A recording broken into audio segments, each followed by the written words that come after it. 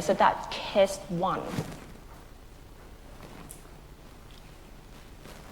So another case that we can have is, I know I start early, but this is just the revisions of what we talked about last week, okay, if you just turn up. It's just we talk about the domain, and I'm talking about the domain and set, and this, the notation that I'm using, okay, summarized in this example.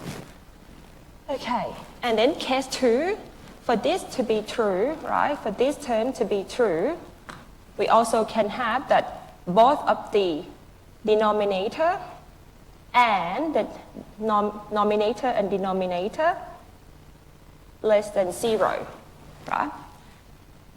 If the negative divided by the negative number, you still have positive numbers. So, but that thing to be true, both of them will have to be positive, which is case 1. Okay, and the other case is that both numerator and denominator is negative. If that's true, then this is also still greater than 0. So in this case here, you have x less than 1, okay, and x is less than minus 1 and x less than 2. And again, you can write this as a set, okay, by using the notation. This is minus infinity and minus 1. Okay. So we do an intersection because we're talking about x has to be satisfied both conditions. So we use an intersection here. So it's going to be minus infinity and 2. And that, when you do the intersections of that two sets, what you get is minus infinity and minus 1. Okay, so as a result, x can be, okay, the value that's in this set, or x can be the value that's in that set as well. So as a result, we say that the domain of F is equal these two sets. Union, minus infinity and minus 1. So you can pick, right? If you pick the values, if you pick any values of x in these domains here and substitute in that log function, you will see that your logs will have valid values. Okay, so what it is that if you draw this in the number line, right, so this is your real number line, 0, minus 1, minus 2, right? So what you will get is, which I talk about it on Tuesday, right? Because this is both soft bracket here at 2, right? So this is going to be going to infinity, right? Any values of x on that number line is going to infinities, and any values here, and also this is soft bracket. This means that it doesn't include minus 1, and this is to infinity here. Okay. All those values.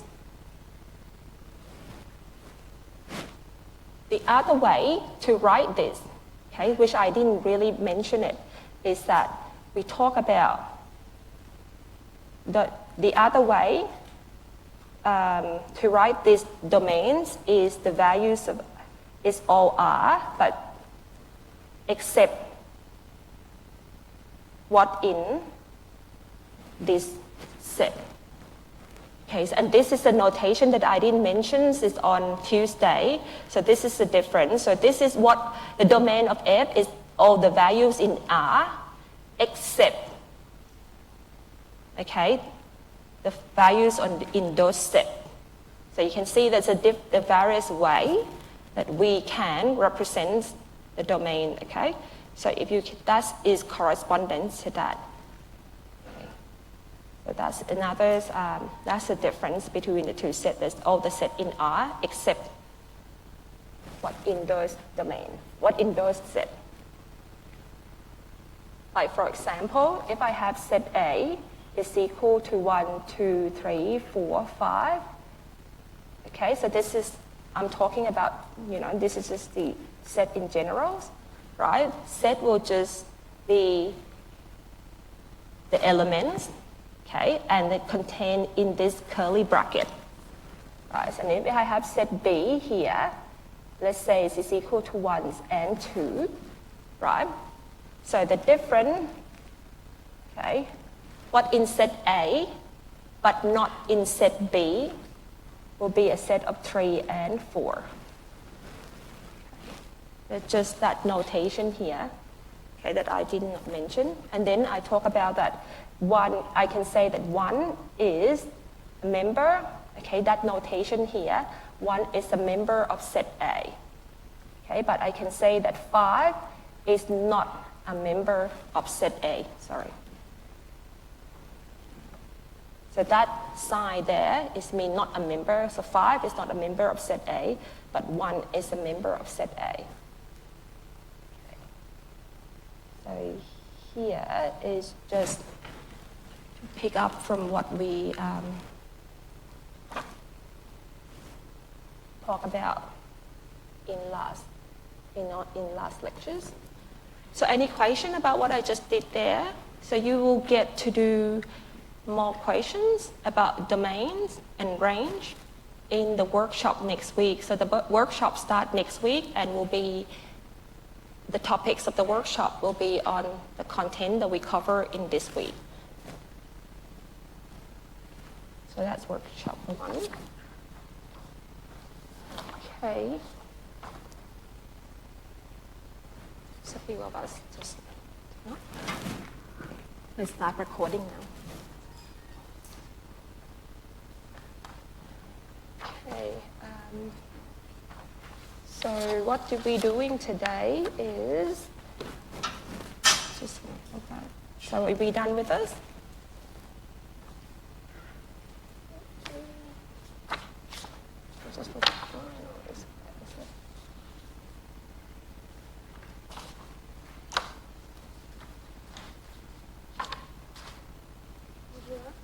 Okay.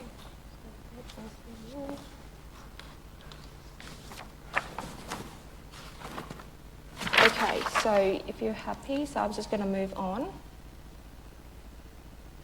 So what we start today is on the topic function 1 that's in your lecture notes, okay?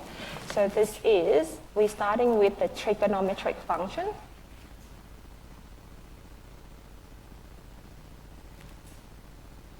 So I'll just cut this in, I just got this from your lecture notes. Okay. So the definitions of the trigonometric functions, okay, which is outside, cos, tan, right? So these functions are defined in terms of the triangle that is sitting in the unit circle.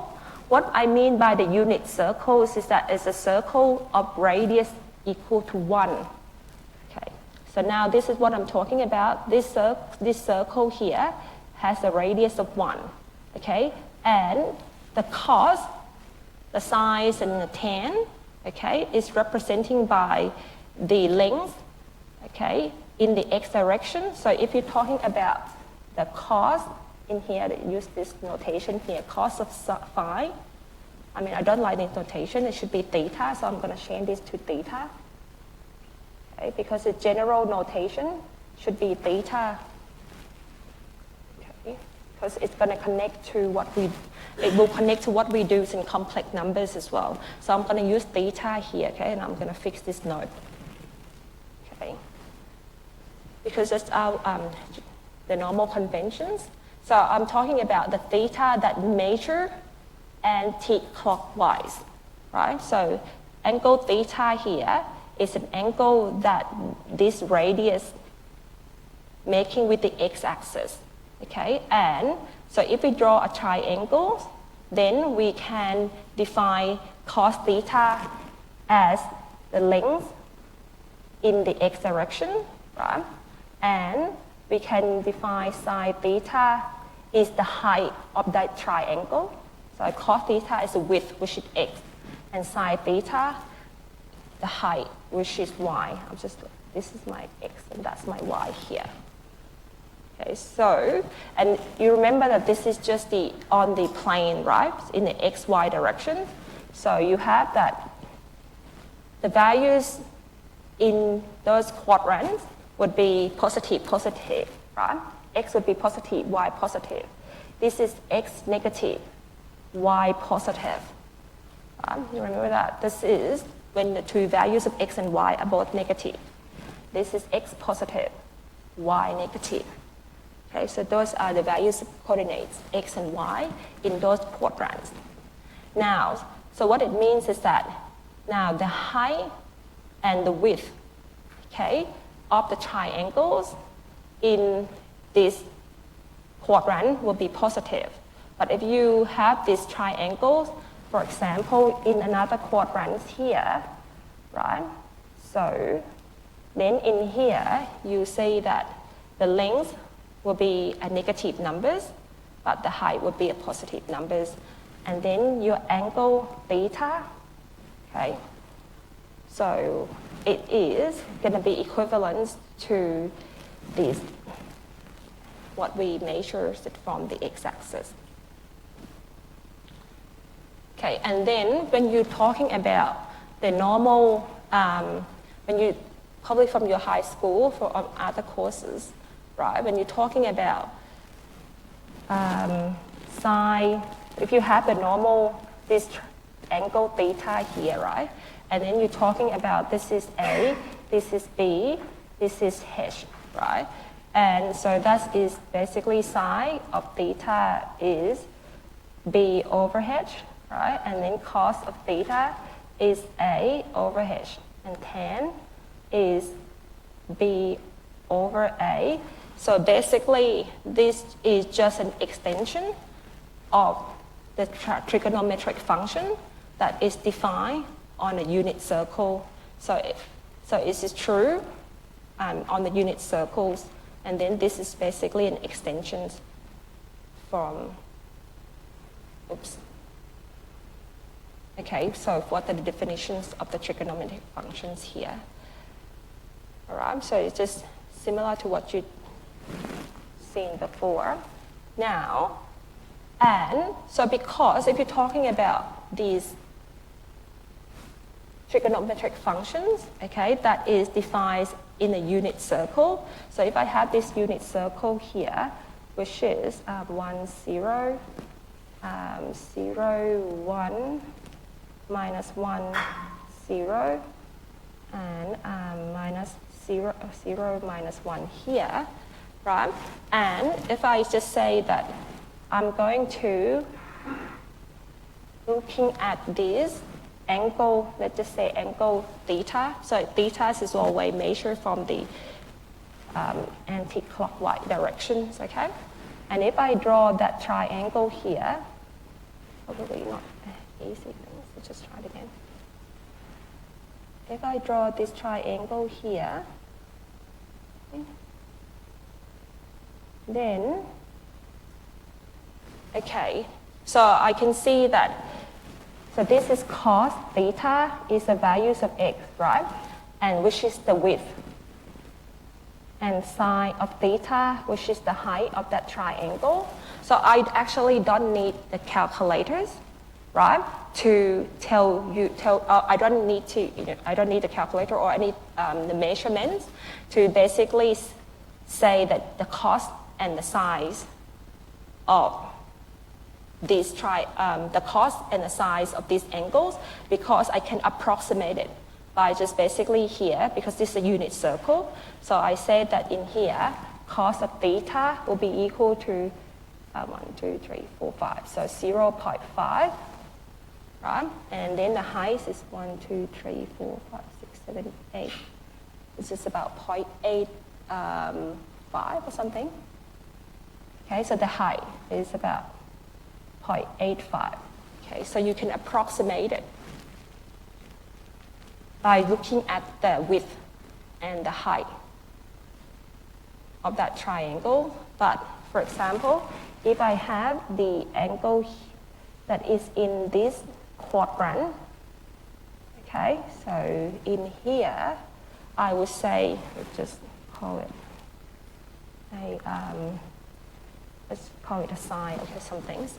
Okay, and then I can say that here, my cos of sine, right, will just be same thing, will be the width, 1, 2, 3, 4, 5, 6, 6 point, you know, I say approximate. Always say it's approximated here. So it's an approximated here because it just, you know, I'm counting from this grid here, right? So what does I say here? 5, 6, 7, 6.9 or something? Like 9 or something like that, right? It's approximated by just counting the grid. And then, but because it's in the right, I mean the second quadrant, so cos is a negative, x has to be negative numbers. So that's why I have a negative here. And then sine of phi will be approximated by the height of this grid. 1, 2, 3, 4, 5, 6, 7, 7.2 or something like that. Okay, and then the height here, because it's in the second quadrant here, the height is going to be positive. Okay, so I can see that we can approximate, okay, the values of in size and cos by just looking at when we plot it in the grid. Any questions so far? And this is some things that I got it off the internet, right? So this, I think this is from Wikipedia. And the reason I have it here, because these are the values of the cos, sine, and tan of an angle that you will see again and again and again in this course. Especially we will, when we look at complex numbers, right? These are the values of the angle that you will see. So I recommend that you print this page out and stamp on the wall. So I'm going to recommend a few things, okay, throughout the lectures for you to print it on the wall. So one thing is the schedules of the topic that we cover and the schedules of the, what's it called? I have the lectures and the tasks that due. And also the second one I recommend is this page here, because if you know, some of you know it by heart, right? For example, cos and sine of 30 degrees, 45 degrees, 60 degrees, then that's fine. But if you don't know it by heart, having this right next to you when you do quiz will make it, you're doing quiz much easier and quicker. So what I said before is that if we go back here, right? So I said that this angle theta here, okay, is the angle that we measure from the x-axis, right? And it goes around the circle. So usually you can go by either radians or degree, right? So generally, this course I probably used more radians than using a degrees. But you need to be able to convert between degrees and radians yourself. So for example, so here, okay, the angle 0, okay, will be on the x-axis. And if it turns into the y-axis, it will be pi on 2 or 90 degrees. It's going around here to this point here, right? It will be 180 degrees or pi, and it goes to 3 pi on 2, and then it goes back to 2 pi. But sometimes, you know, it can repeat, so the values of this cos and sine repeat itself as we go around a circle again, right? So you can have that it go from here, so it can go around by 2 pi again. So sometimes you will have an equivalent angle. So for example, I can say that an angle 0 is equivalent to an angle 2 pi, okay, and 2 pi is equivalent to 4 pi, equivalent to 6 pi, equivalent to 8 pi, right? So I can say that angle pi on 2 is equivalent to 5 pi on 2, right? Because the values of cos and sine for those angles would be the same. So I don't use the word equal, but I use the word equivalent. Okay, and then this is what you can see. This is I got from Wikipedia, so sometimes it helps as well. Because this, remember, this is plus, minus, and plus, minus. So these are the angles of the basic, the cos, sine, and tan. Okay, no, it's actually cos and sine of the basic angles, okay, that you will see, and is, okay, also in the different quadrants. So this is pi on 6, okay, which is in the first quadrant, and then it goes 5 pi on 6 in the second quadrant, 7 pi on 6, 11 pi on 6. Okay, and then it will, the values of those will repeat as it goes around the circle. Okay. Recommends having that right next to you when you do the quizzes, especially, I will talk about this again when we come back and do complex numbers. Okay, now you should be able to do this question.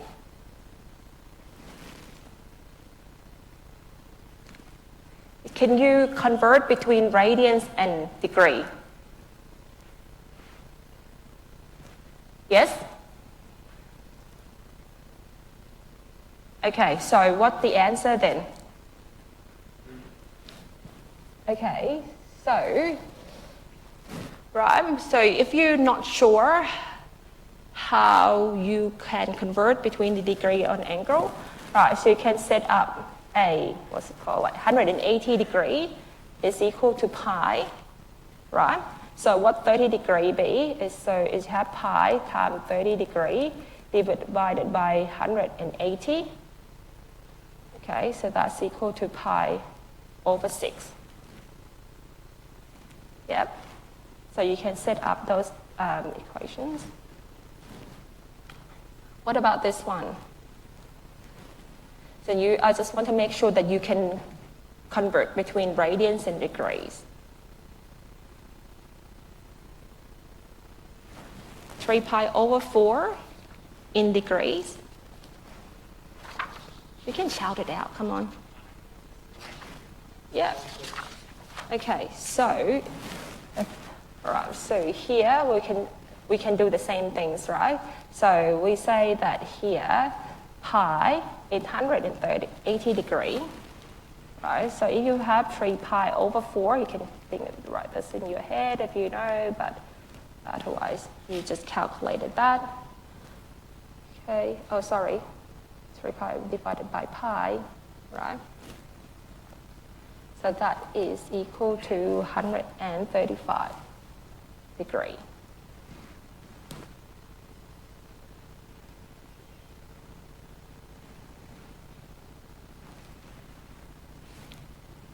Okay.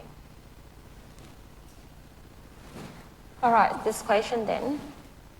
3 of the following angles are equivalent to the angle 60 degrees, and one is not. Which ones is not? So I'm talking about this is equivalent now, right? So 60 degree can be equivalent to what we write it in radians. And remember, things can repeat it around the circle, okay? Yep. What do you think? You can shout it out A, B, C, or D. Okay. Everyone agree with C? Or majority C? If you're not sure, let's just look. Okay, so we know this is 60 degrees is pi on 3. Do you agree with me?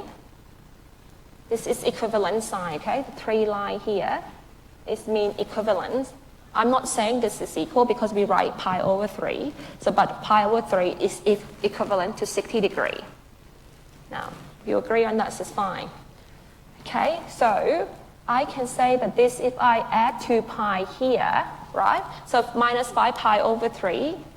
Okay, so if I can add 2 pi to here, then I will have minus 5 pi over 3 plus 6 pi over 3, right? And this is pi over 3. Okay, so basically, minus 5 pi over 3 is equivalent to pi over 3, which is equivalent to pi over 6.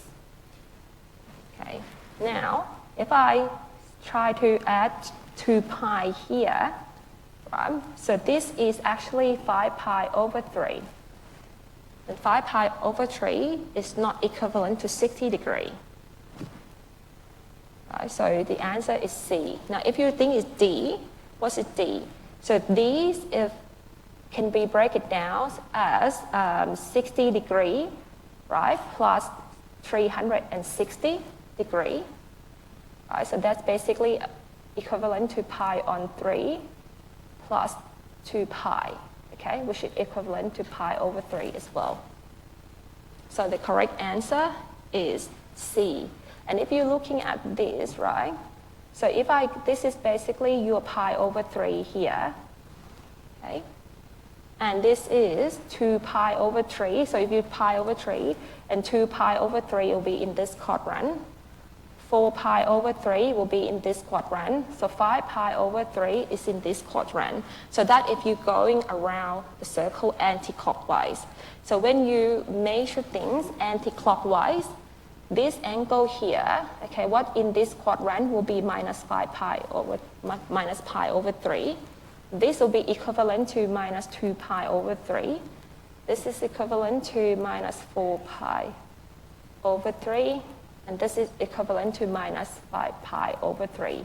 This is why this minus 5 pi over 3 is equivalent to pi over 3. Okay, so if this green one is you do anti-clockwise, you start from minus pi over 3. Okay, but as I said, in this course, we're going to look at those angle theta that is measured anti-clockwise. So that's why our angles go from pi over 3 to pi over 3, 4 pi over 3, 5 pi over 3. So you will see in the quiz next week, you probably will see the quiz that they're going to ask you, what is equivalence of an angle 550 degree, 560 degree, or 760 degree equivalent to what angle? But make sure that you know that when you talk about equivalent, it can go around the circle more than one time. Okay. All right, I have, before we continue, I got Ben's over here. Okay, so Ben, this is Ben Braun. Ben is from the Math Learning Support team. And Ben is going to talk about what support that his teams can offer to all of you. You can use the mic here, Ben. Yeah. You want to use is there a something? way we can get into Canvas? Yes. Actually, you want a student view? No, that's fine. I'm not sure. Probably be student view better because I got a lot of things hidden here. Cool. Thank you. Hey, I'm Ben from, where am I from? Academic Learning Support is the actual name of it. And I'm one of the Maths Learning Advisors. We've got a couple of Maths Learning Advisors. What we do is we run maths drop-ins where so you get this lecture and that's great, but then you've got to go do a bunch of practice problems, exercises. When you get stuck, you need somewhere to ask. You can either throw a question in the discussion board and one of us will probably reply. Otherwise, you can drop into the daily Zoom drop-in, which is 12 to 1. I'll just show you where that information is here on Canvas. Can we see that? Yeah. In Extra Help, if we look down here, a bunch of stuff in here. Extra Help, this one here has all the information and the link to the Zoom session. So there's a link to the Zoom session. We'll run some face-to-face sessions as well, and I'll put them on this page here as well. Maybe make an announcement. And then if you actually want more help, individual help, because those drop-ins are available to anyone around the uni. If you want individual help, then you can book in to see us. Some of them are on campus, some of them are on Zoom. What else do I want to say? There's a document there about study tips if you're procrastinating and don't want to study. And what's this? It's probably not important. Has PASS talked to you yet? Okay, right. So pass, we'll talk about pass. There's a website called Game on here that's Getting Ahead in Mathematics, and it's just a collection of YouTube videos that cover similar content to 1110. So if you find that there's a specific topic in the notes that you're not getting, or you're not getting it from the lecture, you might want to see someone else present the same material, and instead of watching like try not to laugh challenges, you might want to watch a YouTube video on maths. And so that's a collection, and it's in order for like each week, so it's nice and easy to find. Let me just show you where that is. Same place, extra help, game. Okay, so that will give you a link to that site. It's all in order with the titles. One of the important things is if you don't understand something from the lecture, then you need to kind of know the name of that thing so you can Google it. All right, so that will help with that, as well as looking in the notes. All right, is there any questions? Okay. Oh, the discussion forum. So over here on discussions, if we look here, we've got 15 posts on that already, and that's the only one there. So I get an email on my phone, whatever, I get an alert when someone posts. So does Daniel Sutherland, another maths learning advisor. And so we sometimes race each other to reply. So you can ask, it's best to ask like actual maths questions. I was trying to do this exercise, I don't understand this. Post up there and you'll get a response pretty quickly, right? It won't just sit there for days and days. If you're asking an admin question, because we don't really know all the answers and we're not the course coordinator, first look at the course outline, look at the announcements, it might already be there, and then if you can't find it, you want to email Natalie, your course coordinator, okay? And again, in home, up the top here, these things aren't just pretty pictures. I mean, they're pretty boring pictures, but they're not just pictures. Your course contacts is there, and your course outline is there. And they're the two really important links, okay? Thank you. Any questions for Ben? All right, go ahead. Thank you, Ben. Okay, and his service is free. Okay, and please make a use of that, because there's a lot of support that we provided here. So you have me, you have the demonstrator, you have Ben team, and you also have PASS. Okay, so there are lots of supports, and welcome to drop by to Ben's and drop by to see me at any time. So I thought, since we already in this canvas, just have a look at a few things. Okay, so you will probably have look around in this canvas, right? And so I just want to say that a list of textbooks is in these links here. So I put 3 textbooks that actually is available in the library. Okay, so if you think that the lecture notes is not enough and you want to get extra examples and information, just get the textbook that you can see from this list here.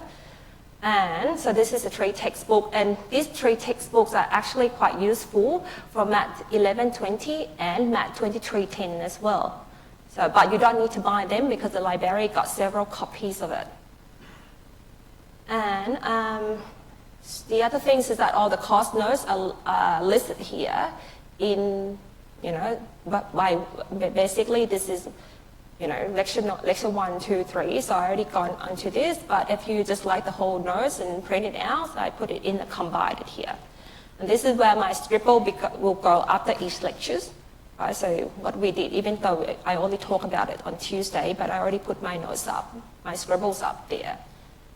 And as you can see that in each of the topic, if you have a lecture note with you, you will say that after each topic that in the lecture notes, there are task questions, right? So there's a task question that come after each topic. And this is where you will find the solution to that task question in the lecture notes. Okay, so you find it here. And if those questions in the lecture notes are not enough to satisfy you, right, there is a task book here, which is an extra exercise that you can get. So this is a task, I put it in a topic of function, complex number, vector, differential equation, and integration. So this task book had extra materials add an extra equations and also the solution within. Now, if you this question here is a bit more challenging than the question that you see in the lecture notes. So if you have any question, the answers are only, it's not a working answer, but if you have any question about how the answers is like that, just email me or put in the discussion forums. I have to say that discussion forums, Ben and his teams are doing so well that I can't catch up with them. Right, so if you put in the question, they come straight away answer it, so it's really good. And workshop material will be here. And as I say, that workshop start next week, right? And this year this semester, I want to try to print less of the amounts of the printed worksheet. So if you want to bring your laptops or your tablet, your workshop materials will be here. Your workshop, workshop worksheet will be here, right? And then if you're sick, you can download the worksheet from here as well. The solution will be in your group homepage, and I'll talk about that later. Okay, it's an extra help and pass. So Ronan will come soon and talk about pass. Now, if you have in your, so this is my student view, so they don't have groups here, right? So in your Canvas, you will have something with called groups. Okay, we go there. So you have something with called groups here, and you can access so during your workshop times, okay, I will post, in the second hours of your workshop times, I will post a solution to your workshop in your group homepage, okay, which you can access into group, and then it also automatically send you an email as well. And the reason, because I want you to try to do the workshop questions before I give you the answer. That's why the answers are going to be there during the second hour of your workshop time. So I give you a chance to do the question first before you get the answer or the solutions. And then the workshop solutions will be in a full working solution as well. Just for those people who had COVID or sick or missed out. So you get a full working solution for the workshop solution. Okay. Yeah, but remember that Canvas is not a place for you to check in. You need to have those My Uni app. They changed it from My UN app to My Uni app. And that's why you have a check-in, attendant check-in. And if you're sick or cannot come, you can go to check-in, but you can set your check-in as absent and then provide reason why you're absent. Now, questions? Nope. All right, then we go back into our lectures here. Right, now we go back to these trigonometric functions. So that's a typo there, I forgot to fix. Right, so now instead of looking at the unit circles, we're talking about the function size of x here. So the domains, okay, for x is in the real numbers set. Okay, this is the real number, set of real numbers. Okay, so when you plot this function on the x and y axis, okay, for the values of x, okay, that's in the real number set. So what you get in here is a periodic function that's looking like that. Right? And we can say that from here, you can say that the x can be any values, okay, to make this the psi function valid. So therefore, we say that domains of x is R, which is set of real numbers. Okay, and then for range, and as I said, that for range it's easier to spot if you plot the function, because for range here, you can see that this function here is bounded above by 1 and bounded below by -1. Okay, all the values of y are restricted within that range. So we can say that the range is a set of y that is within -1 and 1. So, or you can write this as -1 and 1, right? Because it includes -1 and 1. So that's a notation we talk about on Tuesday as well. The hard brackets, it include the 2n here. Okay, and so because you have this sine function, and we talk about that when we're looking at the circle, the unit circle, so the function is periodic with the period 2 pi. So every point, if you can see here, right, so it repeats, so x equal to 0, the values of sine of x is 0, right, sine of 0 is 0, and then it repeats itself like at 2 pi. So if you're looking at, say, this pi over 2, so at 3 pi over 5 pi over 2, it will repeat it itself. So the period of this function is 2 pi. And sine of x is an odd function, okay, because f of minus x is equal to minus f of x. Like for example, f of minus pi on 2 is equal to minus f of pi on 2. So that's the definition of an odd function. So you don't need to write this down. This I just copy and paste it from the lecture notes. And likewise for the cost function, right? So you can plot it along the with the x and y axis here, and you get. So again, any values of x, okay, will make the cost of x valid. So as a result, we say the domain of cost function is R, right? So any values in the set of real numbers will make that cost valid.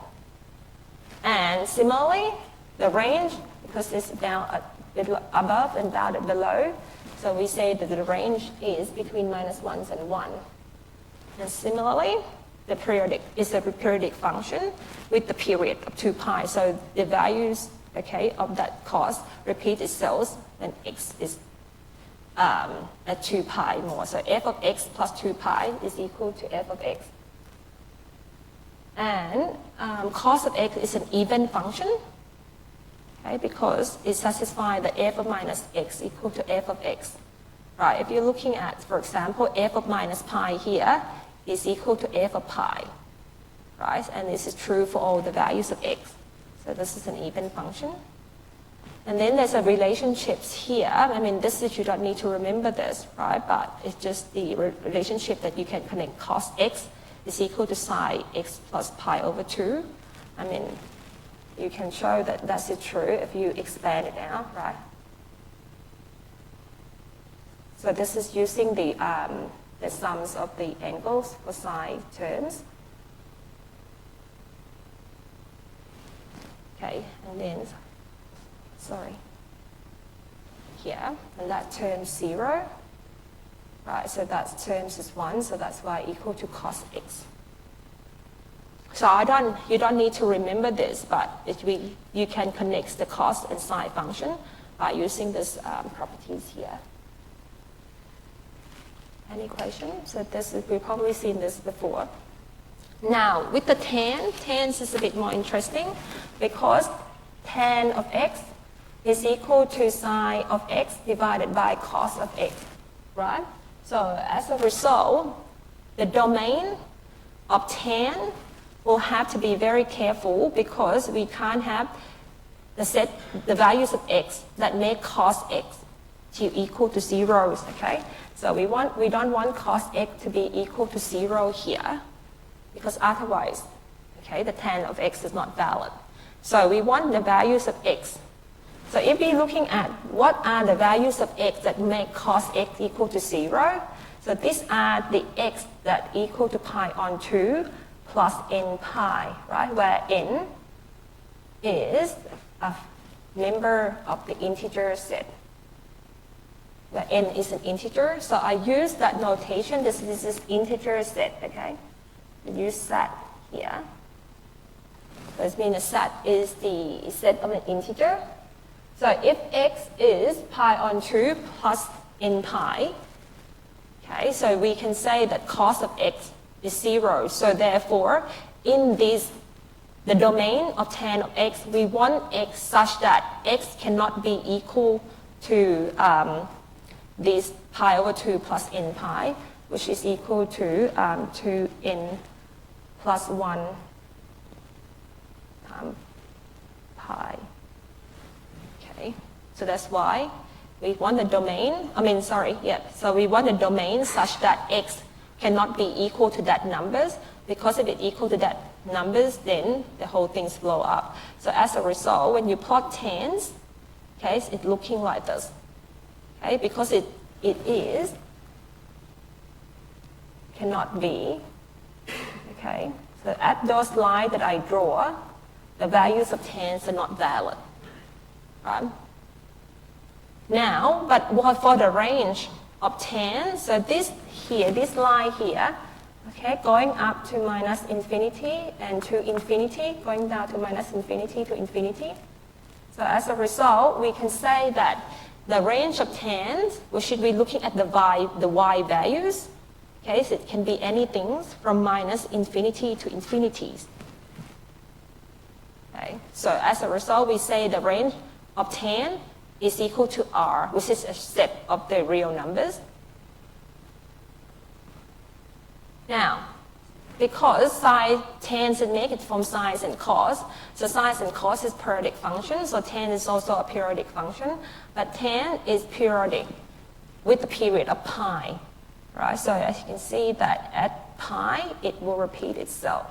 Right? So you can see from 0 to pi to 2 pi, the graph repeat itself, right? And because it's making from sine over cos, the sine is an odd function, cos is an even function, so therefore over even is odd. So the function of tan is also an odd function.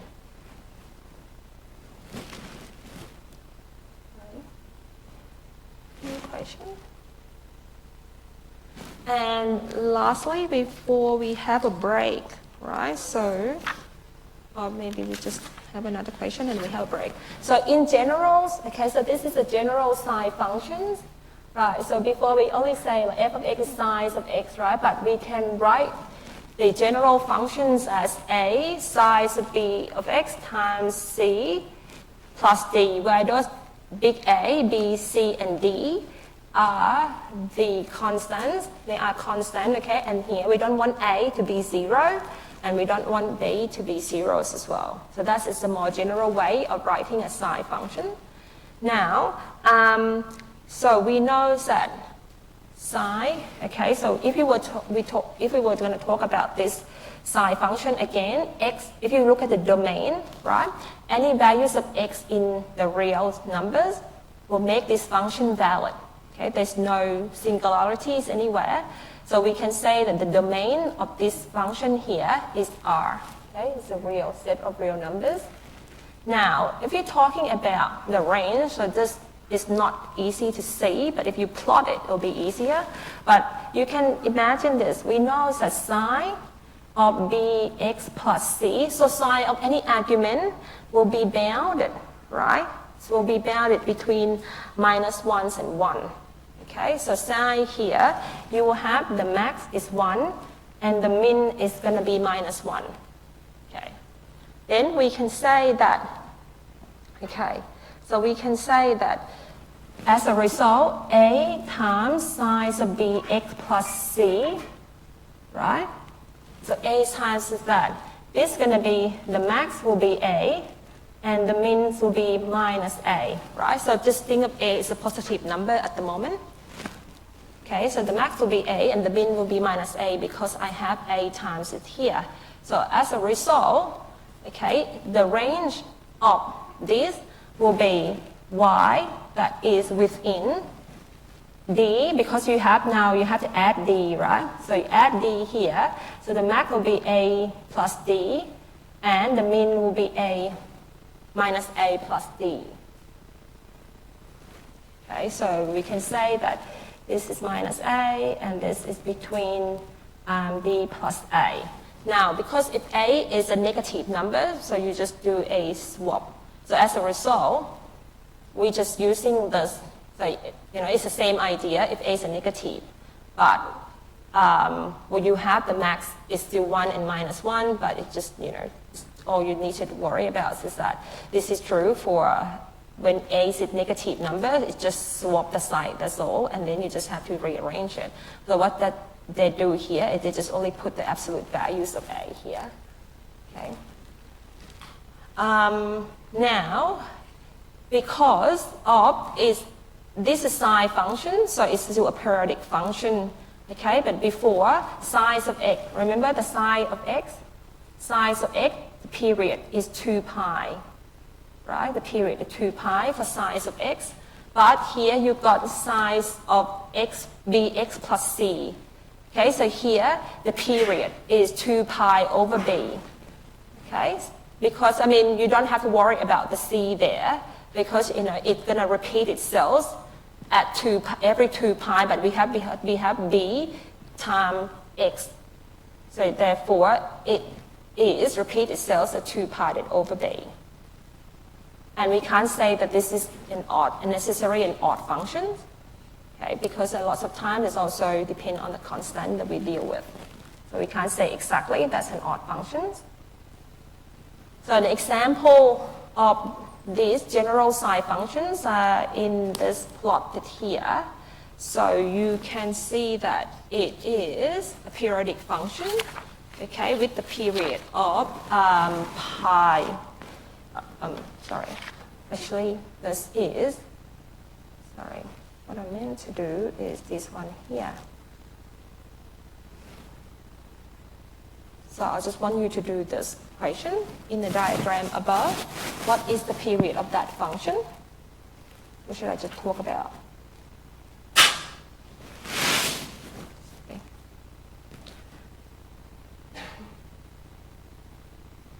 What's the period? Yep, thank you.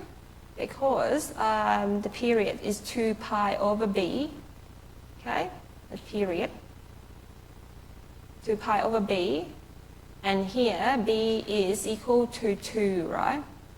So therefore, the period is pi. So you can, if you look in the picture, so sometimes if you don't even remember this formula, you can looking at the pictures here, okay? So if you look at from 0 and to pi, okay, so the values, it repeats itself in x at pi. Okay, so the next one will be 2 pi here. So the values of x at pi is equal to the values of x at 2 pi, and it will be equal to the values of x at 3 pi, so on and so forth. So yeah, pi is the correct answer. So I'm just going to finish this bit quickly before we going to have a break, and then Ronan should come soon. Okay, and then, so this is a summary, right? So talk about the periodicities, which is the period of sine, cos, tan. So the period of sine and cos is 2 pi, right? And the periods of tans is pi. And here we also have the symmetries of this trigonometric function.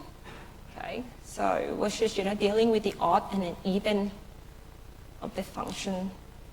I mean, all of this you don't need to remember, and if you think that you need it for your test, you can write it down and take it on your summary sheet and take it into the test room. I mean, everything that we done in here, I don't require you to remember, but if you do it again and again, you know, a couple of times, and then you will see that, you know, it get into your head. Like, for example, this addition formula here, right? So again, I don't require that you memorize it. You can write it down into the summary sheet and take it into your test room. Okay, so this is the Pythagorean identities, which is very useful, right? And we all know that cos square x plus sine square x is equal to 1. And that basically, if we're talking about the cos of sine is defined on your unit circles, it comes as, you know, the radius of that unit circles is 1, right? Because this is the width and the height in width and defined within the unit circles. Okay, and just checking it does. All right, I'm just gonna run through another few minutes and then we can have a break. All right, so we're not gonna talk about this hyperbolic function as much. We will see it, but it's not a hyperbolic function. You will see it, but what I'm saying is we're not using it as much in this course, but nevertheless we going to mention it because it's one of the type of the function that we usually use it, but it's not a focus of this course.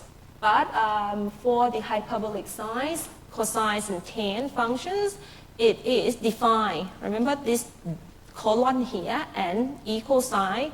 This means we defined it, right? We defined that the hyperbolic sine is given by the exponential functions e of x minus e to the minus x divided by 2. And likewise, you can define this cos, right? It's defined in this way, and tan is sine, hyperbolic sine divided by the hyperbolic cos. Okay,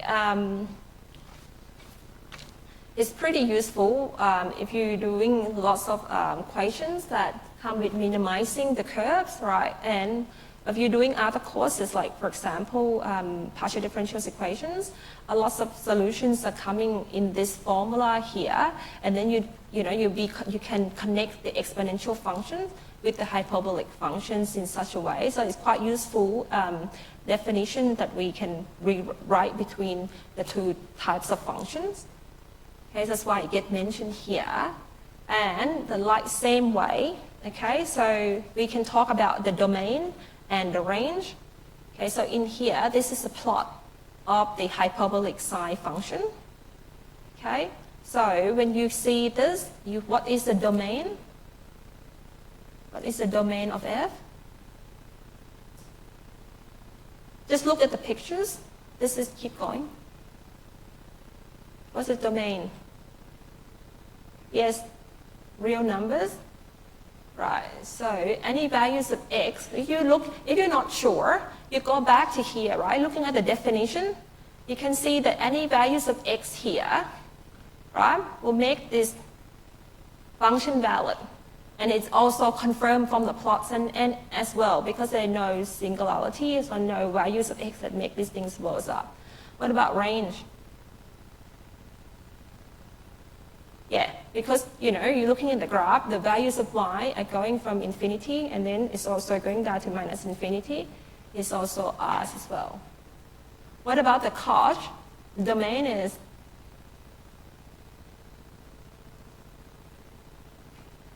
the domain? Yes, the domains is R, right? Again, you can go back and double check this. So any values of x. Okay, so we're still making this cos valid, right? Because it's exponential function, so x can be anything there, right? So it's R for domain. What about range?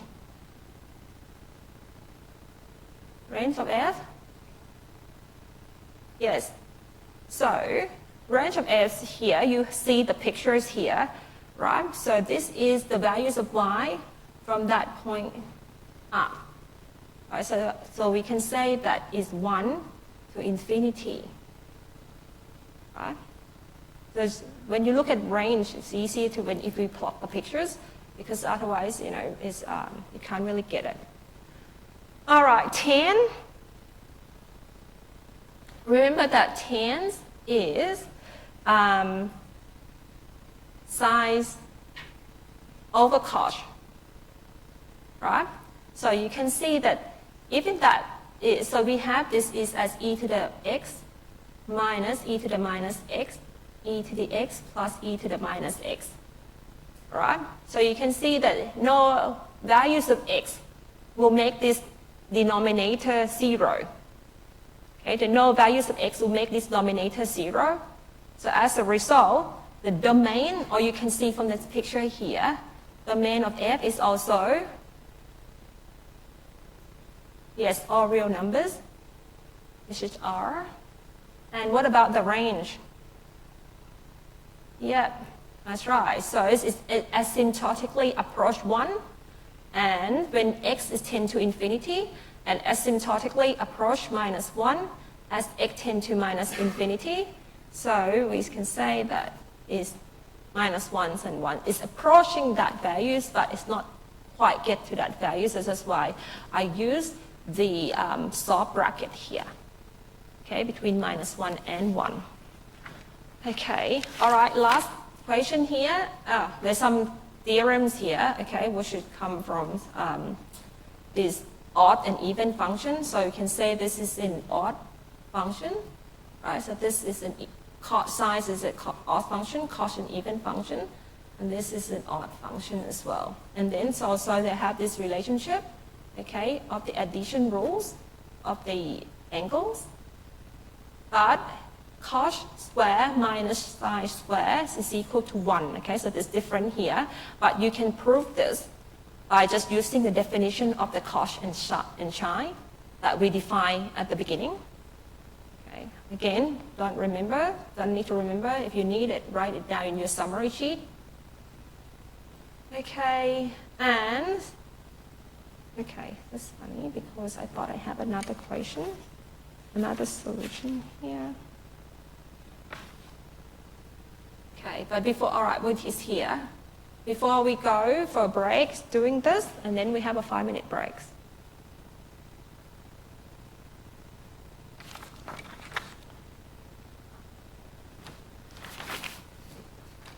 So what do you think of the answer?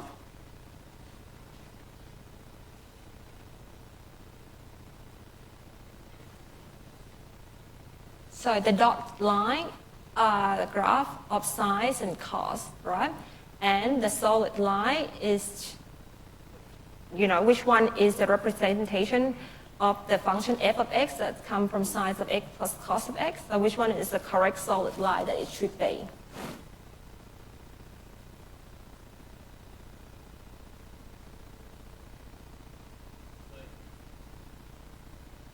Does everyone agree? So C? Yep. So yes, C is the correct answer. If you're not sure, because you can see that cos and sine are both periodic functions. Okay, so when you add them up, you should expect this also to be a periodic function. But A and B, you get the solid line giving you a constant function. So, we can get rid of A's and B's straight away because, when you add the periodic function, you expect to have some kind of periodicities as well. So solution can be either C or D. But when you're looking at D, it's incorrect. C is correct because, for example, if you're looking at 0 here, right? Cos of 0 is 1, cos of 1 is 1. So when you add them up, it should be 1, right? In the solid line, it should be 1. But when you're looking at this, so that's why it's incorrect here, because when you add at cos, you just pick this 1 point and you can consider this. Right? So cos of 0 plus cos of 0, sine of 0 should be 1, not 0. So that's why when you consider, just pick a few points and have a look at it. And you can see that this is incorrect. All right, we'll have a break for 5 minutes now. And then Ronan is here yet? Oh, you're here. Sorry. You want to talk first? You want to have a break or just, have a break for a few minutes and then come back and then Ronan will talk. Forgot your face, Ronan.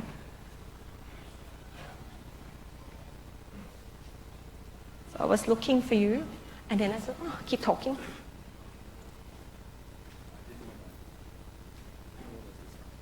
No, I forgot your face, seriously.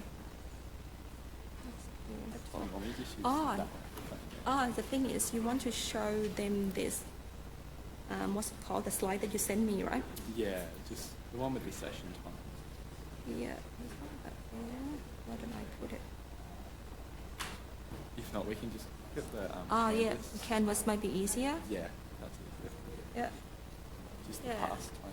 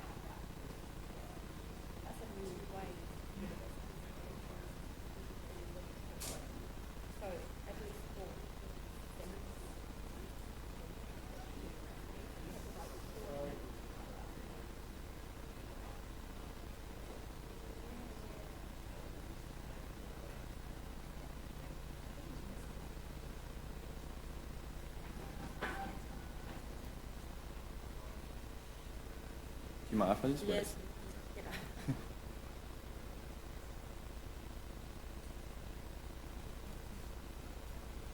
Alright.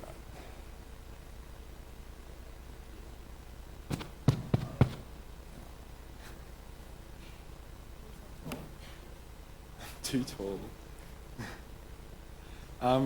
Can everyone hear me? Yeah, okay, cool. So my name's Ronan and I am the pass leader for MATH1110 this semester. I'm not sure what everyone's experience is with pass, whether this is your first semester or not. So I thought I'd just go over it very quickly, what it is. So essentially pass, they are peer-led group study sessions where you can go over, like, review course content, come to it with any questions you may have, discuss effective study strategies from this course. I'm a student who has done this course last year, so may be able to impart a little bit of wisdom in that regard. But those sessions, they're entirely dictated about what you want and by the needs of those who come. I will prepare worksheets for those sessions, so there will be something there for you to do, but obviously if you have something in mind that you would like to be covered, like, bring that to me. I'm happy to alter the course of the session for you. So essentially, pass is also a really good opportunity to make friends, especially if this is your first semester at university, just because it's really, like, stress-free, informal, and great way to sort of meet other people, work with other people outside of the structure of the course.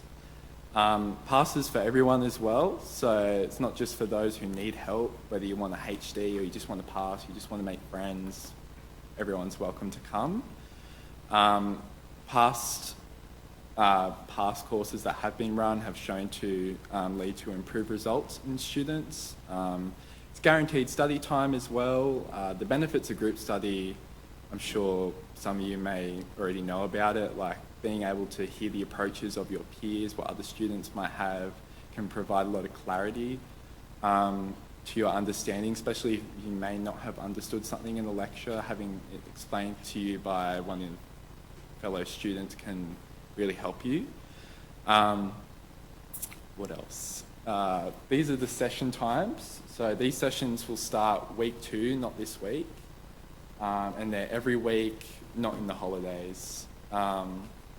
And then around, like, exam time, like the mid-semester as well, I'll have, like, review sessions. So if you want extra preparation at the time, pass is a great opportunity for that as well. And yeah, so this is just in the pass module on Canvas. If you just go to the modules on Canvas, you'll find the session times, a little bit more about pass if you forget what I've said. And any of the material that I provide in the sessions will be put in that module as well. Yeah, I think that's everything. Thank you. Does anyone have any questions about pass at all? Yeah. No, you just turn up. So at this time, I scroll down there, yeah. And past years you had to enroll, but not now, yeah. Any other questions? Yep.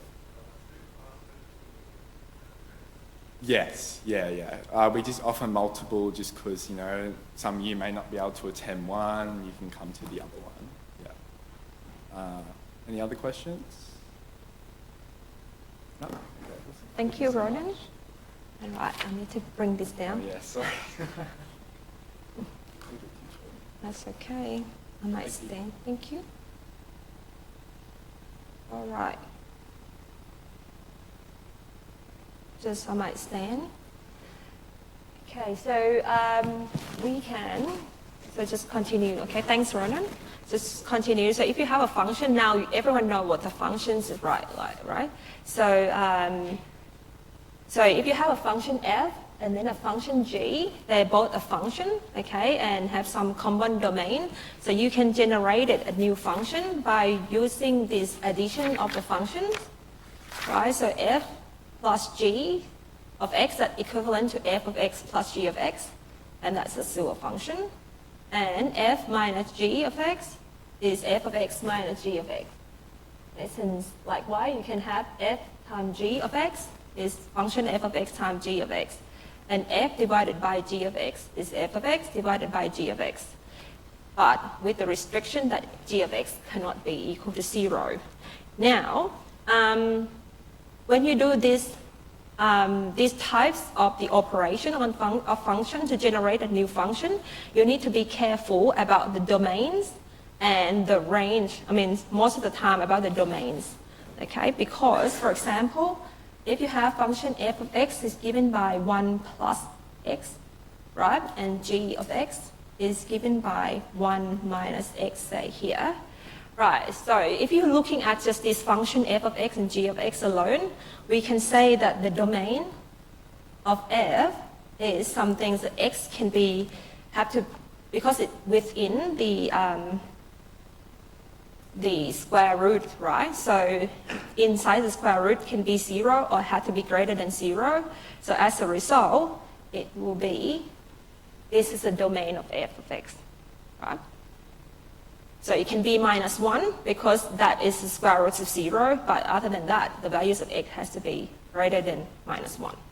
Now, likewise, you can find the domain of g, right? So inside the square root has to be greater or equal to 0.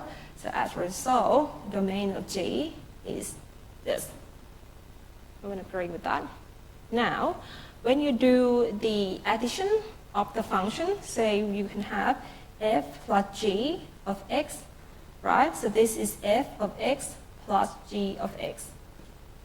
Okay, and it will come back.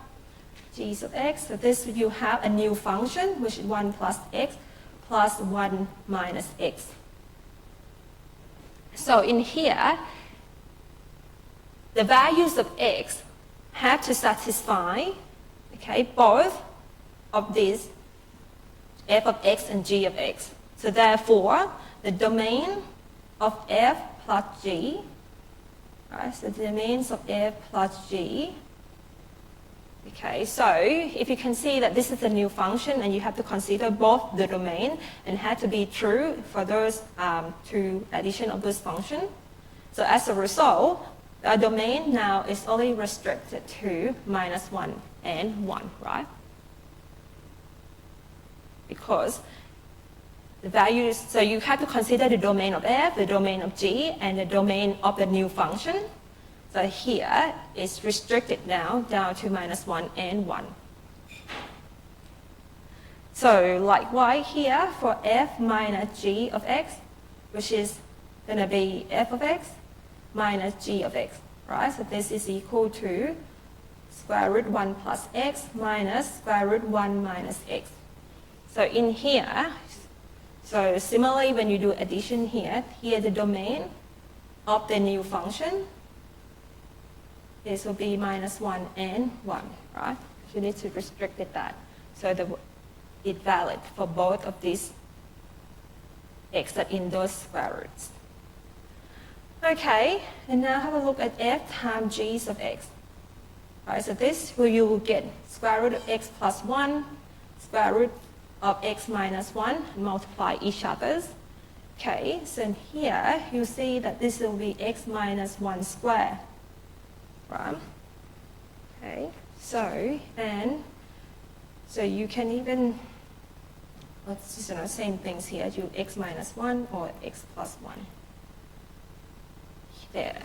So again, if you're just only looking at this, right, so you see that x here has to be, okay, so it's multiplied here, so x values of x had to be, okay, between the domain of f times g is again had to be between minus 1 and 1.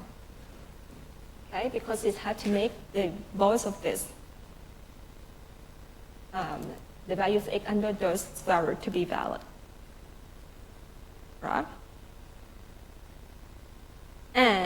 But at the last one, f divided by g's of x here, which is we got 1 over 1 plus this and 1 minus x.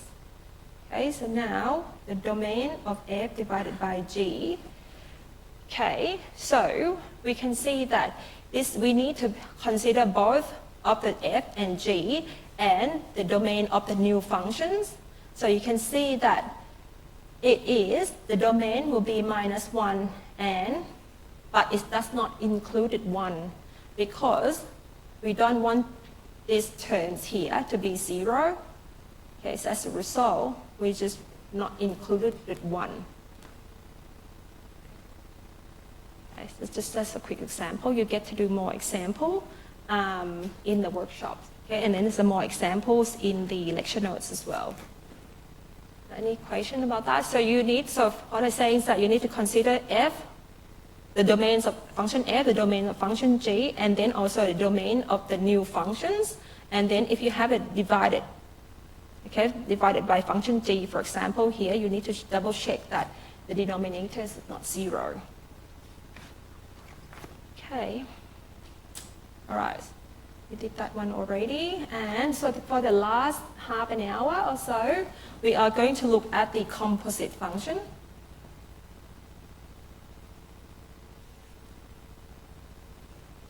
So the composite, this is the definitions of the composite function, right? So you have a function g of f. So I read that as g of f, okay? That is equivalent to g of f of x. Okay, so that is the function that takes the values of x from the domain of f, and to maybe draw pictures is easier. So in here you have 3 sets here, right? So you have 3 sets here, and I call this set A, B, and set C, right? So first of all, g of f of x, right? So now there's an x in here, right? That is going to be mapped by f, okay, into this set B, right? So the domain of the g of f of x is in this set A, right? Because we map from A to B with this function f. So f is mapping from set A to set B, right? And then I have another function here that is a function g that is mapping from set B to set C, right? So this is function g. So then this function g is going to take the value in set B to produce another value in set C. So therefore, set g, function g here is taking f of x, okay, which is in set B, and creating a new value which is generated from g of f of x. Okay, and this we call it g of f of x, okay, or g of f of x. Okay, so, and this is another way to create a new function, okay, and we call this function a composite function.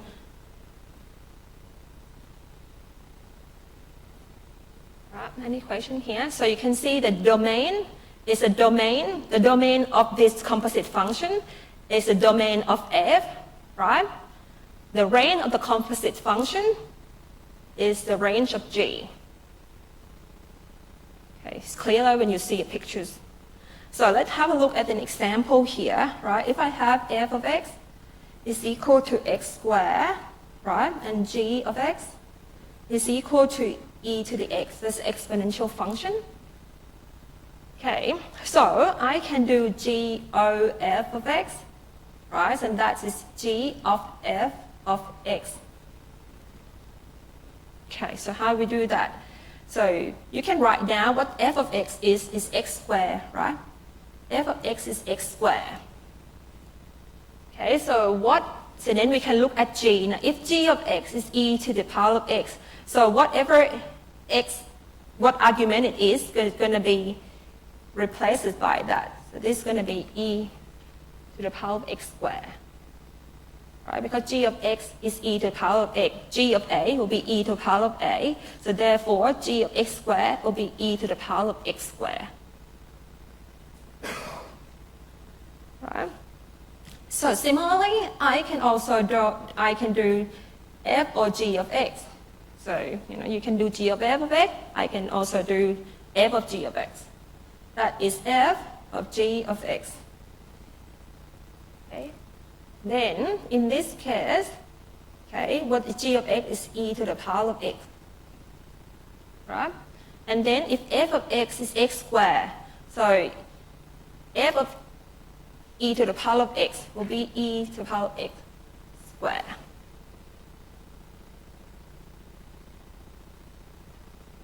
So that is how we can do how we generate a new function from what we call a composite functions. Okay, doing this. Now, next one, we'll have to consider the domains of the composite function, but before that, do these questions. So what is the correct answer?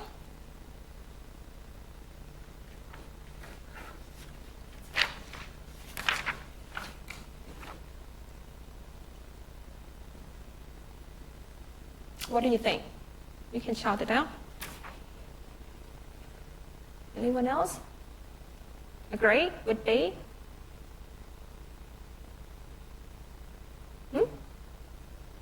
What do you think? Come on, don't be shy. So you have g of f of x, right? So f of x is psi of x, right? And then g of x is x squared. So g of psi x is psi x squared. And then we actually write this as psi square x. Okay, but this is not, this, so it b, right? This is different. Okay, this is not the same as psi square x. Okay, because that's sine of x squared. Is that okay? Yep. Okay. Now, so what we need to do now is like we have to consider the domain and the range of the composite function. Okay, and then we can do that by looking at the, what did I do here? Oh, okay, sorry, I might just come back to that one. So let's have a look at this function here, which is f of x is equal to x squared minus 1, and g of x is equal to 1 minus 2 to the power of x. And that is the exponential function as well. And h of x here is given by a square root x. Okay, so I got three functions here. So I can generate a g o h of x. Right, so this is g of h of x. Okay, and that is, so because g and h of x is square root x, right? And so this will be 1 minus 2 to the square root x.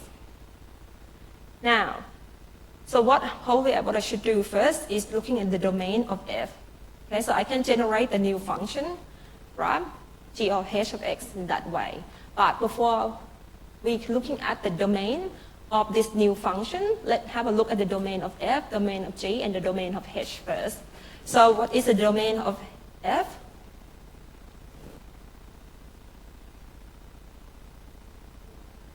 Yep, correct. All real numbers. Okay, so you can see that any x value will be valid for that f functions. What is domain of g? Domain of g? All real numbers again. Yes, you're right. You see that 2 to the power of x, x can be anything. Right, so it still make the function g valid. So domain of g is that. And what about the domain of h?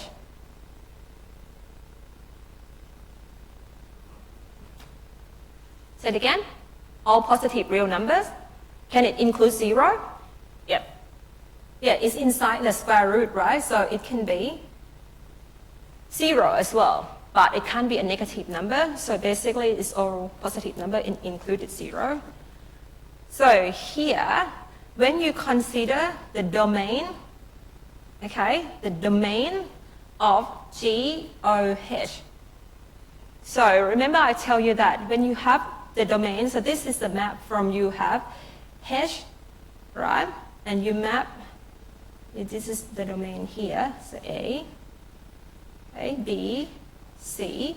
So in here you map G, right? And then you map H. Sorry, you map H first and you map G. Because you do G or H of X. oh, sorry, that's a G here. Okay, so let's say this is B and C. Okay, so this is G, you make G or H of X, right? So you're starting with X in here, and then this make H of X, and this make G of H of X, right? And so you can say the domain, okay, of G or H of X. Okay, so basically you should consider the domain of H, right? So, but to be careful is that you need to consider both the domain of the new function that we have and also the domain here of the H of X as well. Okay, so in here, we can see that the new function, G of H of X, right, is this.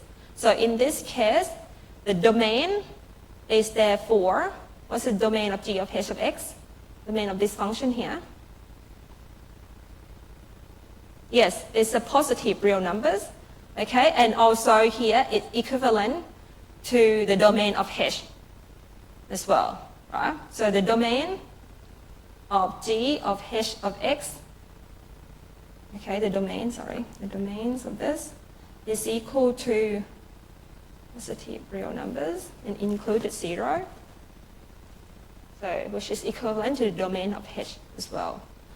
But I still urge that you need to consider both the new function and the original function which we built it from, which is H of X here. Now let's have another example. Right, so I'm consider here a function H of G of X, right, which is H of G of X, right, so that is the composite function. So now I say that this new function here, okay, which is going to be given by a G of X is 1 minus 2 to the power of X, right, and then the function H is square root X. So as a result, the new functions have because H of X is square root X, right? So therefore, H of this argument here will be the square root of that argument, which is 1 minus square root X. Because that is a new function that we generated using this composite function H of F of X. Now, so this function here, okay, generated from G, then H, right? So as a result, we should be considering the domain of G as well, and also considering the domain of the new function itself too. Okay, so the domain of G, we wrote it before, the domain of G is R. Okay, but if you're consider this, okay, so we need to see that everything is in the square root had to be a positive numbers, right? So we need to consider both, right? So the domain of G is R, but now the new function, okay, the domain has been more restricted now. So the domain of H of G, you know what it is?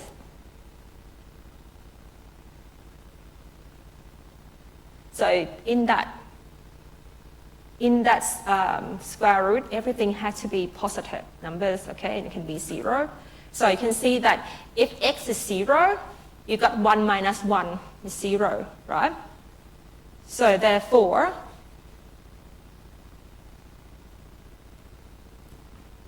because you have 1 minus something, right? So therefore, that numbers there, you want it to be less than 1.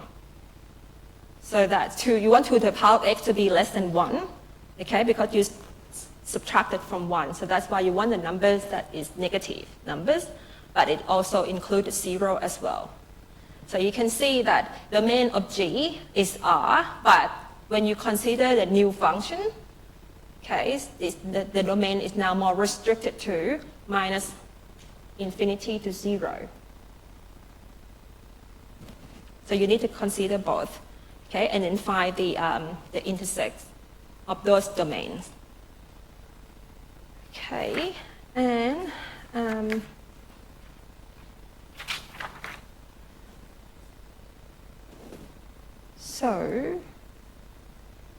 maybe you can do this. I will do another example. Okay, so if I have here the function here, which is f of x is equal to x squared minus 1, right? And then h of x here is equal to square root x again, right? And then I want to create it a f or h of x. Now, but before that, I probably should consider the domain of f and the domain of h first, right? The domain of f is equal to, which we talked about it before, right? So this is the same one as this one, okay? But I rewrite it again down here because we couldn't see the top. So domain of that is R, and the domain of h is, we know that is 0 to infinity. So there's the same function that I just mentioned. You don't need to rewrite it. But because I scroll it down, so I rewrite it here. So now I'm just looking at f of h of x, right? So this is f of h of x. Now, so in here, we have f of square root x, right? And then we know that whatever in here will be x squared minus 1. Okay, f of x is x squared minus 1. So f of square root x will be equal to square root x squared minus 1. Right? And that is equal to x minus 1. Yeah? Now, as I told you, okay, so you need to consider both domains. So in here, I map what? What I mapped here? I map h first, right? And then I map f, right? So as a result, we need to consider the domain of h as well. And then the domain of the new function. Okay, so what is the domain of the new function, f of h of x? What is, if you consider that alone, what is the domain of f of h of x if you're looking at this alone? Yes, if you're looking at this, you will say the domain can be, x can be anything in the real numbers, right? But if you're looking at h of x, domain of h of x, right, is restricted, 0 to infinity, right? So therefore, in this case, the domain of f of h is equal to, I said to you, remember to do intersection. So therefore, you intersect of the real numbers and that set. So you're going to get this set here. So even though that your end result of your new function is x minus 1. If you consider that alone, you will see the domains is real numbers. But remember, this is a composite function. It generated originally from the h of x. And h of x is only valid when x is in that set. So as a result, for this to be valid, okay, the domain of h of x is restricted between 0 and infinities. Okay, because this is a function that is made by f of h of x. But if I would just say, if I given a function that is x equal to minus 1, of course your domain is that. But if this is a function that generated from a composite function, you need to consider the domain, the original domains as well. Okay, that's just a, a catch. So just be very careful because you can't just only look at the end result. That's just a trick to just remind you that you cannot look at the end result alone. You have to always consider that as well. All right, then we can go back and you can do this equation and then we can finish because some of you have to go to other lectures, I think, and we're here far away, so you give you time to walk. So, and then now I asked you to find f of x. And the domain, okay, f of x and in the domain, f of x.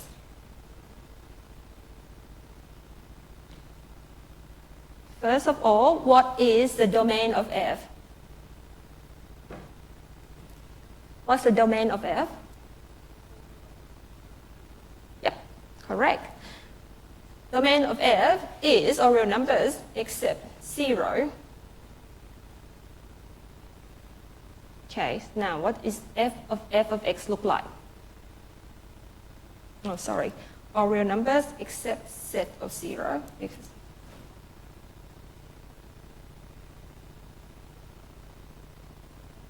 So what is f of x? Remember, f of x is 1 over x. Right? So then, f of x is 1 over x. So f of 1 over x is 1 over 1 over x. Yeah? Agree with me? Yeah? And that is equal to x. Yeah?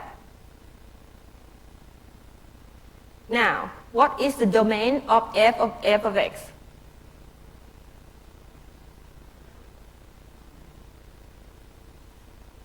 Who said all real numbers? Who said B? Okay. Who said C? Who said D? I think majority said B, right? Because you learned from the previous example.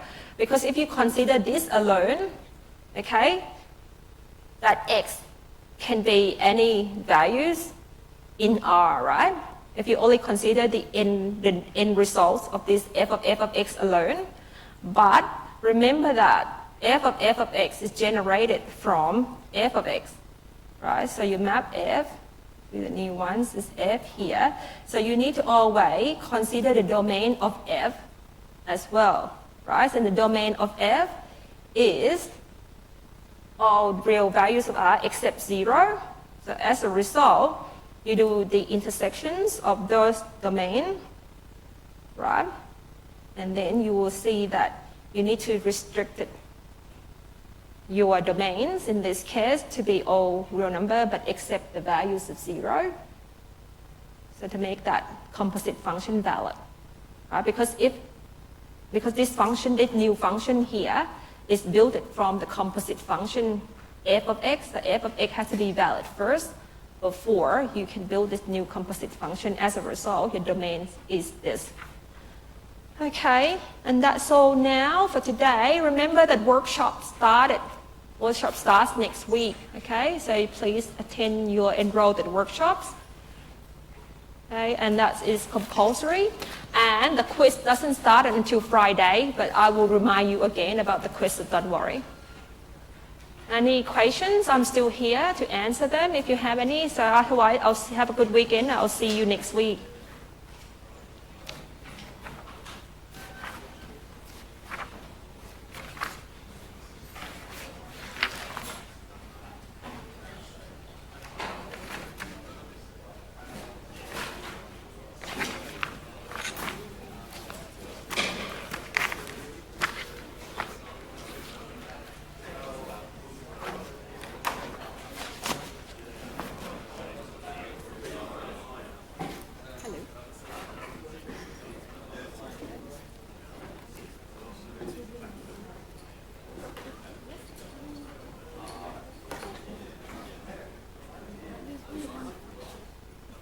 One function f, right?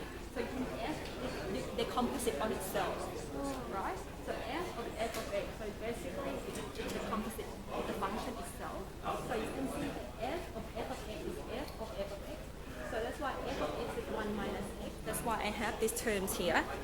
That's why I have these terms here, right? Because f of x is 1 over x. Yeah? Yes, and f, remember f of x is 1 over x. So f of a will be 1 over a, f of c will be 1 over c. So f of 1 over x will be 1 over 1 over x. Yeah, and that is equal to x, right? Because you multiplied it up by x. Yeah, get it now?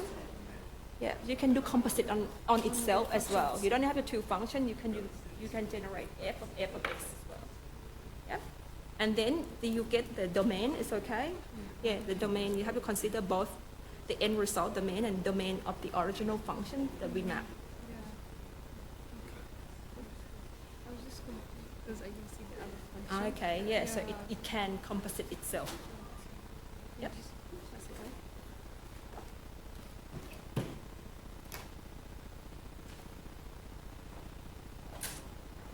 Yes? Can you scroll up a little bit? Yep. There was one part that I'm confused. Which one? Go up. Up a bit? No, no. Up or down? Up. Because I write this down here. But Yeah, here. that one, that one. This one? No, up. Up? Yeah, that one. Yes, this one. How did you get the domain? Which one? This. Negative infinity to 0. Okay, so you want this. You want anything inside the square root to be greater or equal to 0, right? Yeah. So the domain of this will come from. Okay, so we can say that basically to the power of x is going to be less than or equal to 1. Yeah? Yeah. Okay, so and then you want x that is going to be true, right? So x here, so you can imagine that if x is equal to 0, this will be equal to 1. Yeah. So now when x, if you can think that x is positive number, that's not going to be true, right? Yeah, yeah. Yeah, because if it's like x equal to 1, so it's going to be 2, x equal to 3, going to be like Oh, 4. So okay. therefore, or you can think of this as you can take a log, right? So, but I didn't want to worry about that because you can say basically you can take a log, and this will be log 2, and then log 1 is 0 here. So therefore, x is less than or equal to 0. You can do that, but I didn't want to go through this yet because, but you can just consider that, right? Because then you said x positive number, that's not going to be true. Therefore, x has to be less Okay. a negative numbers Right, right. because it's going to be less than 1. Okay. I was confused because I thought it should be 0 to infinity. Yeah. Yeah, but because it's infinity, that's not going to be true, isn't Yeah, it? yeah. Because you want this thing to be less, Not to be negative number. yeah, not to be a negative number. Oh. So that 2 to the x is not, it has to be less than 1. The x has to be a negative number. Okay. Yeah. Are you not going to share the chocolate? Sorry? No, Oh, yeah, you can have chocolate, come on. Did you want one? Yeah, did you answer questions Yes. in the class? Okay, Yeah. then pick one. Make sure you answer Thank the you. question and then come back at the end. I probably should mention that. See ya. No worry.